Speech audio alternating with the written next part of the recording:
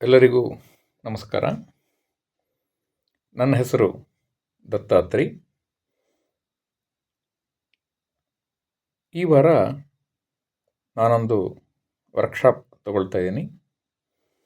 ಏನಂದರೆ, ಬರ್ತ್ ಡೇಟ್ ಮೂಲಕ ಒಬ್ಬರ ಕ್ಯಾರೆಕ್ಟರ್ನ ಕಂಡುಹಿಡಿಯೋದು ಹೇಗೆ, ಅವರು ಯಾವ ಸ್ವಭಾವದಲ್ಲಿರ್ತಾರೆ. ತುಂಬ ಸಲ ಏನಾಗುತ್ತೆ, ನಾವು ಈ ಪ್ರಪಂಚದಲ್ಲಿ ಹುಟ್ಟಿದ ಮೇಲೆ ನಮ್ಮ ಜೀವನದಲ್ಲಿ ನೂರಾರು ಜನ ಬಂದು ಹೋಗ್ತಾರೆ. ಅದು ನಮ್ಮ ಅಪ್ಪ ಅಮ್ಮ, ನಮ್ಮ ಫ್ಯಾಮಿಲಿ, ಕಸಿನ್ಸು, ಸಿಬ್ಲಿಂಗ್ಸು, ಅದಾದಮೇಲೆ ಸ್ಕೂಲ್ನಲ್ಲಿ ಫ್ರೆಂಡ್ಸು, ಟೀಚರ್ಸು, ಕೆಲಸದಲ್ಲಿ ಕಲೀಗ್ಸು, ಬಾಸು, ಅಥವಾ ನಾವೊಂದು ಕಂಪನಿ ನಡೆಸ್ತಾ ಇದ್ದೀವಿ, ಅಥವಾ ನಾವೊಂದು ಕಲ್ಚರಲ್ ಆ್ಯಕ್ಟಿವಿಟೀಸ್ ನಡೆಸ್ತಾ ಇದ್ದೀವಿ, ಅಥವಾ ನಾವು ಯಾವುದೊಂದು ಸ್ಪೋರ್ಟ್ಸ್ ಅಕಾಡೆಮಿ ನಡೆಸ್ತಾ ಇದ್ದೀವಿ. ನೂರಾರು ಜನಗಳು ನಮ್ಮ ಜೀವನದಲ್ಲಿ ಬಂದು ಹೋಗ್ತಾರೆ. ಸಾಮಾನ್ಯವಾಗಿ ಏನಾಗುತ್ತೆ ಅಂತಂದರೆ, ಒಂದು ವ್ಯಕ್ತಿಗೂ ಇನ್ನೊಂದು ವ್ಯಕ್ತಿಗೂ ಜೆಲ್ ಆಗುವಂಥದ್ದು ಬಹಳ ಕಡಿಮೆ ಇರುತ್ತೆ. ಒಬ್ಬೊಬ್ಬರದ್ದು ಒಂದೊಂದು ಸ್ವಭಾವ ಇರುತ್ತೆ, ಬೇಸಿಕ್ ಕ್ಯಾರೆಕ್ಟರ್ಸ್ ಅಂತ ಇರುತ್ತೆ.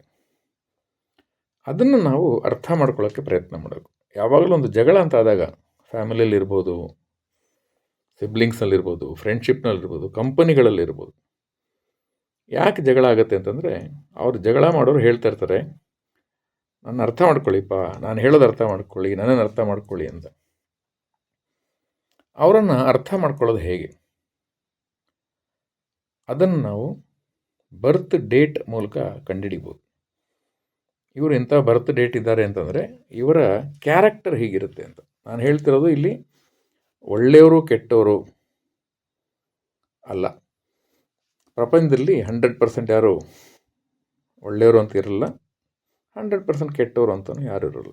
ಎಂಥ ಕೃಷ್ಣನಿಗೆ ಜರಾಸಂಧ, ಕಂಸ ಈ ಥರದವ್ರು ಇದ್ದರು. ರಾಮನನ್ನು ಕಂಡ್ರೆ ಆಗದಿರುವಂಥ ಎಷ್ಟೋ ಜನ ರಾವಣ ರಾಕ್ಷಸಾದಿಗಳಿಗಿತ್ತು.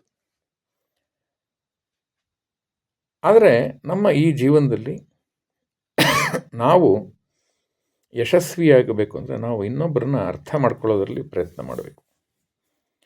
ವಿವೇಕಾನಂದರು ಹೇಳ್ತಾರೆ, ನಿನ್ನನ್ನು ನೀನು ಮಾತ್ರ ಬದಲಾಯಿಸ್ಕೊಳ್ಳೋಕೆ ಸಾಧ್ಯ, ಬೇರೆಯವ್ರನ್ನ ಊರೆಲ್ಲ ನಾವು ಬದಲಾಯಿಸೋಕ್ಕಾಗಲ್ಲ. ಬಸವಣ್ಣವ್ರು ಹೇಳಿದ್ದಾರೆ, ಪರಚಿಂತೆ ಏಕೆ ನಿನಗೆ ಅಯ್ಯ, ಪರಚಿಂತೆ ನಿನಗೆ ಏಕೆ ಅಂತ. ಸೊ ನಮ್ಮನ್ನು ನಾವು ಬದಲಾಯಿಸ್ಕೊಂಡ್ಬಿಟ್ರೆ ನಮ್ಮ ಜೀವನದಲ್ಲಿ ನೆಮ್ಮದಿ. ಉದಾಹರಣೆಗೆ, ನಾವು ಯಾರ ಜೊತೆನೋ ಒಂದು ಡೀಲ್ ಮಾತಾಡ್ತಾ ಇದ್ದೀವಿ ಅಂದರೆ, ಇವರು ಈ ಒಂದು ವಿಷಯದಲ್ಲಿ ಹೇಗಿರ್ತಾರೆ ಅಂತ ಗೊತ್ತಾಗ್ಬಿಟ್ರೆ ನಾವು ಆ ವಿಷಯ ಹತ್ರ ಮಾತಾಡೋ ಅಗತ್ಯನೇ ಇಲ್ಲ. ಸೊ ವಿವೇಕಾನಂದರು ಹೇಳೋ ಥರ, ನಿನ್ನನ್ನು ನೀನು ಬದಲಾಯಿಸ್ಕೊ, ನೀನು ತಿದ್ದುಕೊಂಡ್ರೆ ಪ್ರಪಂಚದಲ್ಲಿ ಒಬ್ಬ ಮೂರ್ಖ ಕಡಿಮೆ ಆಗ್ತಾನೆ ಅಂತ.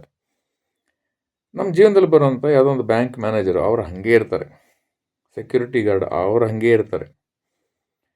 ಅಥವಾ ನೀವೆಲ್ಲೋ ಒಂದು ಕಡೆ ಮಾಲ್ಗೆ ಹೋಗ್ತೀರಾ, ಅಲ್ಲಿರೋಂಥ ಸಿಬ್ಬಂದಿಗಳು ಹಾಗೇ ಇರ್ತಾರೆ. ಅವ್ರನ್ನ ಯಾರೂ ನೀವು ಬದಲಾಯಿಸೋಕ್ಕಾಗಲ್ಲ.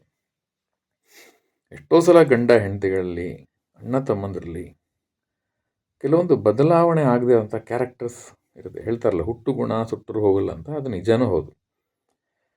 ಆದರೆ ನಾವೇನು ಮಾಡಬೇಕು, ನಮ್ಮ ನೆಮ್ಮದಿಯಾದ ಜೀವನಕ್ಕೆ ನಾವು ಸ್ಮಾರ್ಟಾಗಿ, ಇವರು ಹೇಗಿರ್ತಾರಪ್ಪ, ಇವ್ರಿಗೆ ಏನು ಹೇಳಿದ್ರೆ ಕೋಪ ಬರುತ್ತೆ, ಏನು ಹೇಳಿದ್ರೆ ಕೋಪ ಬರಲ್ಲ, ಅಥವಾ ಇವ್ರಿಗೆ ಕೋಪ ಬಂದಾಗ ನಾವು ಹೇಗೆ ನಡ್ಕೊಳ್ಬೇಕು, ಅಥವಾ ಇವರನ್ನು ಹ್ಯಾಂಡಲ್ ಮಾಡೋದು ಹೇಗೆ ಅಂತ ಹೇಳ್ತಾರೆ. ಹ್ಯಾಂಡಲಿಂಗ್ ಅಂತ. ಎಷ್ಟೋ ಸಲ ನಾವು ಸುಮ್ಮನೆ ಇರೋದೇ ಒಂದು ಹ್ಯಾಂಡ್ಲಿಂಗ್ ಆಗೋದಿರುತ್ತೆ. ಇದೆಲ್ಲವನ್ನು ಅರ್ಥವನ್ನು ನಾವು ಮಾಡ್ಕೊಳ್ಬೇಕಾಗಬಹುದಾದ್ದು ಅಂದರೆ, ನಿಮ್ಮ ಬರ್ತ್ ಡೇಟ್, ನಿಮ್ಮ ಡೇಟ್ ಕರೆಕ್ಟಾಗಿ ನೀವು ಹೇಳಿದ್ರೆ, I am not telling date of birth, I am telling birth date. ಅದರಲ್ಲಿ 10 ಕ್ಯಾರೆಕ್ಟರ್ಸ್ಗಳನ್ನ ನಾವು ಕಂಡುಹಿಡಿಬೋದು. ಅದರ ಒಂದು ಸಣ್ಣ ಝಲಕ್, ಟ್ರೈಲರ್ ಥರ ನಾನು ಈ ವಾರ ಮಾಡ್ತಾಯಿದ್ದೀನಿ. ಸುಮಾರು ಒಂದು 2-2.5 ಗಂಟೆಗಳ ಕಾಲ ಈ ವರ್ಕ್ಶಾಪ್ ಇರುತ್ತೆ.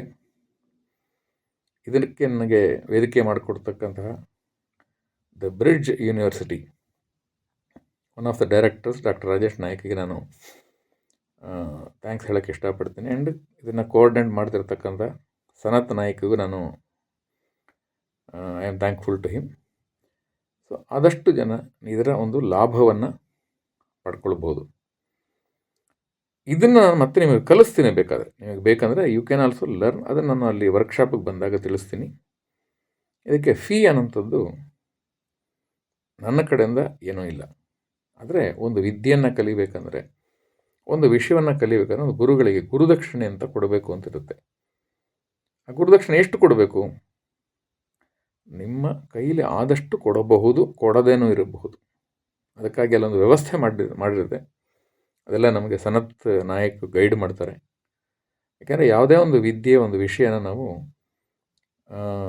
ಹಾಗೇ ಕಲ್ತ್ಕೊಂಡು ಇಟ್ಕೊಳ್ಳಿ, ಅದು ನಮಗೆ ದಕ್ಕೋದಿಲ್ಲ. ಸೊ ಆ ಹಿನ್ನೆಲೆಯಲ್ಲಿ ಐ ರಿಕ್ವೆಸ್ಟ್, ಗುರುದಕ್ಷಿಣೆ ಅನ್ನೋಂಥದ್ದು ನಿಮ್ಮ ಇಷ್ಟ, ಅಥವಾ ಕೊಡದೇ ಇದ್ರೂ ಪರವಾಗಿಲ್ಲ. ಕೆಲವೊಮ್ಮೆ ನಮಗೆ ಕೊಡೋಕ್ಕಾಗಲ್ಲ ಅನ್ನೋಂಥದ್ದು ಇರುತ್ತೆ, ಜಿನಿಯಾನಿಟಿ ಅಂತ ಹೇಳ್ತಾರೆ ಅದಕ್ಕೆ. ಏನೂ ತಪ್ಪಿಲ್ಲ, ಗುರುಗಳು ಯಾವತ್ತೂ ತಪ್ಪು ತಿಳ್ಕೊಳ್ಳೋದಿಲ್ಲ. ಸೊ ಆ ಹಿನ್ನೆಲೆಯಲ್ಲಿ ನಾನೇನು ರಿಕ್ವೆಸ್ಟ್ ಮಾಡ್ತೀನಿ, ಮೊದಲು ಈ ವರ್ಕ್ಶಾಪ್ನ ಲಾಭವನ್ನು ಪಡ್ಕೊಳ್ಳಿ, ಗುರುದಕ್ಷಿಣೆ ಬಗ್ಗೆ ಆಮೇಲೆ ಯೋಚನೆ ಮಾಡಿ. ಸೊ ಆ ಹಿನ್ನೆಲೆಯಲ್ಲಿ I request all to come and participate. ನಾನು ಹೇಳ್ತಾ ಇದ್ದೀನಿ ಅಗೇನ್, ಇದು ಯಾವುದೋ ಒಂದು ಒಳ್ಳೆಯದು ಕೆಟ್ಟದು ಅಲ್ಲ, ಇವ್ರು ಯಾರೋ ಒಳ್ಳೆಯವರು ಅವ್ರು ಕೆಟ್ಟವರು ಅಂತಲ್ಲ. ಒಬ್ಬೊಬ್ಬರಿಗೆ ಒಂದು ಗುಣಾಂಶಗಳಿರುತ್ತೆ, ಕ್ಯಾರೆಕ್ಟರ್ಸ್ ಅಂತ ಇರುತ್ತೆ. ಅದನ್ನು ನಾವು ಅರ್ಥ ಮಾಡ್ಕೊಳ್ಳೋಂಥ ಒಂದು ಸಣ್ಣ ಪ್ರಯತ್ನ ಈ ವಾರ ಮಾಡೋಣ. ಮಿಕ್ಕಿದ ಡೀಟೇಲು ನಮಗೆ ಸನತ್ ನಾಯಕ್ ತಿಳಿಸ್ತಾರೆ. ಎಲ್ಲರಿಗೂ ನಮಸ್ಕಾರ. ನಿಮ್ಮನ್ನಲ್ಲಿ ನೋಡೋದಕ್ಕೆ ನಾನು ಆತುರವಾಗಿದ್ದೀನಿ.